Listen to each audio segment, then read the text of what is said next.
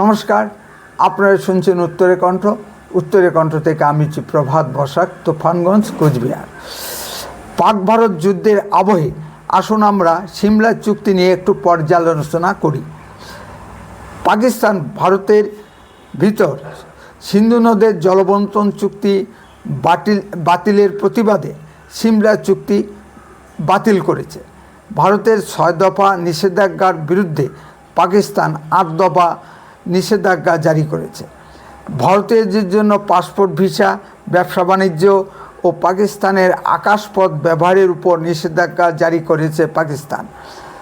ভারত আবার পাকিস্তানি টুইটার ও x handle block করে দিয়েছে। ভারত স্থল, বায়ু ও নৌমহড়া শুরু করেছে যুদ্ধের প্রস্তুতি হিসাবে। এতেই পাকিস্তান ভীত সন্ত্রস্ত হয়ে গেছে। উভয় দেশই সীমান্তে বিশাল সংখ্যক সৈন্য সমাবেশ করেছে ও ভারী অস্ত্রশস্ত্র মোতায়েন করেছে। এই আবহে আমরা সিমলা চুক্তি নিয়ে একটু আলোচনা করি। সিমলা চুক্তি পড়ে আমি মোটামুটি 3টি বিষয় বুঝতে পারলাম। 1. ভারতের হাতে বন্দি 93,000 পাক সৈন্যদের মুক্তি দিতে হবে, বিনিময়ে নবগঠিত বাংলাদেশ সরকারকে স্বীকৃতি দেবে পাকিস্তান। 2. কাশ্মীর প্রসঙ্গটি কোনো আন্তর্জাতিক ফোরামে নিয়ে যাওয়া যাবে না, শান্তিপূর্ণ দ্বিপাক্ষিক আলোচনার মাধ্যমে সমস্যাটির সমাধান করতে হবে। 3. অ্যাকচুয়াল লাইন অফ কন্ট্রোল বা LOC উভয় দেশকে মেনে চলতে হবে। 71-এ পাক ভারত যুদ্ধে 16ই ডিসেম্বর 1971 বাংলাদেশের রাজধানী ঢাকায় 93,000 পাক সৈন্যসহ জেনারেল নিয়াজি ভারতের ইস্টার্ন কমান্ড ও মুক্তি ফৌজের যৌথ বাহিনীর হাতে আত্মসমর্পণ করে।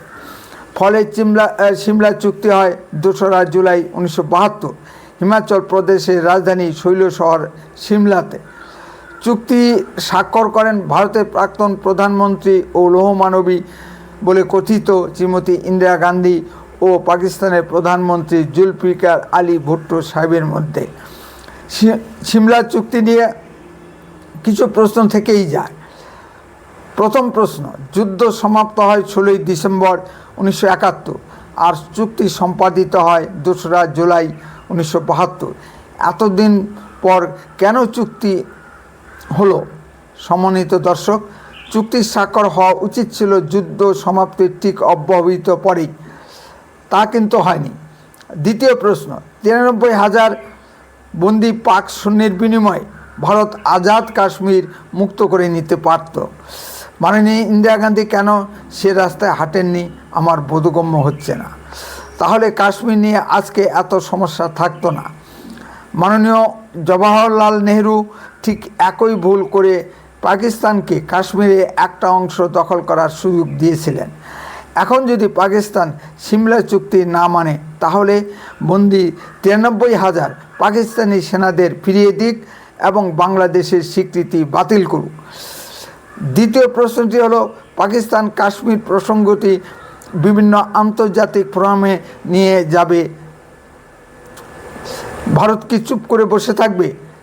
সেই ফোরামে ভারতও উচিত জবাব দেবে, হোক কলরব। LOC মানবে না পাকিস্তান, তাহলে ভারতের কি দায় আছে LOC মানার? ফলে ভারতের সামনে এক সুবর্ণ সুযোগ উপস্থিত হবে আজাদ কাশ্মীর দখল করার। আন্তর্জাতিক চুক্তি অমান্য করার কোনো ব্যাপার থাকবে না। কেউ অভিযোগ করতে পারবে না যে ভারত কোনো আন্তর্জাতিক চুক্তি মানে না। পাকিস্তানের সিমলা চুক্তি বাতিল ভারতের সামনে এক বড় সুযোগ এনে দিবে। বাংলাদেশ পাকিস্তানের সঙ্গে হাত মিলিয়ে চূড়ান্তভাবে ভারত বিরোধিতা শুরু করেছে। পাকিস্তান বাংলাদেশের স্বীকৃতি বাতিল করে দিক, বুঝুক বাংলাদেশের জনগণ। বিভিন্ন সূত্রে জানা যাচ্ছে যে পহেলগাঁও জঙ্গি হামলায় বাংলাদেশও যুক্ত। ঢাকায় বসে হামাস, পাক ISI ও বাংলাদেশের ইন্টেলিজেন্স এই ষড়যন্ত্রের নীল নকশা তৈরি করে। পাকিস্তানের জেনারেলদের নির্দেশেই নাকি বেছে বেছে হিন্দু পর্যটকদের ধর্ম নিশ্চিত হয়েই খুন করেছে। বাংলাদেশের বাঙ্গু মোমেনদের এত আনন্দ উৎসব কেন? সৌদি যুবরাজের গলায় জুতোর মালা পরিয়ে কি শিক্ষা হয়নি বাঙ্গু মোমেনদের? বাঙ্গু মোমেনদের আরও কিছু শিক্ষা বাকি আছে, যেটা ভারতের দেওয়া উচিত। পিনাকি ভট্টাচার্য ইলিয়াস হোসেনদের কিছু শিক্ষা দেওয়া দরকার, ওদের মুখ বন্ধ করার ব্যবস্থা করুক ভারত সরকার। এদিকে ঝিলাম নদীর জল 3 দিন বন্ধ রাখার পর হঠাৎ করে ছেড়ে দেয়। পাকিস্তানে বন্যা পরিস্থিতি উদ্ভব হয়েছে এবং ফ্লাড ইমার্জেন্সি জারি করা হয়েছে। পাক সৈন্য প্রধান জেনারেল আশিক মুনির এর স্ত্রী পুত্র সহ পরিবারের সকল সদস্যদের গ্রেট ব্রিটেনে পাঠিয়ে দেওয়া হয়েছে ভয়ে।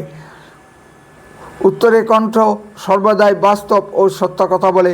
আরও এই ধরনের ভিডিও পেতে দয়া করে এক্ষুনি চ্যানেলটিকে সাবস্ক্রাইব করুন।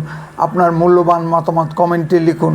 যদি ভিডিওটি ভালো লেগে থাকে তাহলে অন্ততপক্ষে 10 জনের মধ্যে ভিডিওটি শেয়ার করুন। উত্তরের কণ্ঠ দেশের কথা বলে, দশের কথা বলে। আপনার চোখ রাখুন উত্তরের কণ্ঠের পর্দায়। আপনার অঞ্চলে ঘটা কোনো ঘটনার ভিডিও সরাসরি এই হোয়াটসঅ্যাপ নাম্বারে পাঠান, আমরা তা গুরুত্ব বুঝে প্রচার করব। বন্দে মাতরম, ভারত মাতা কি জয়।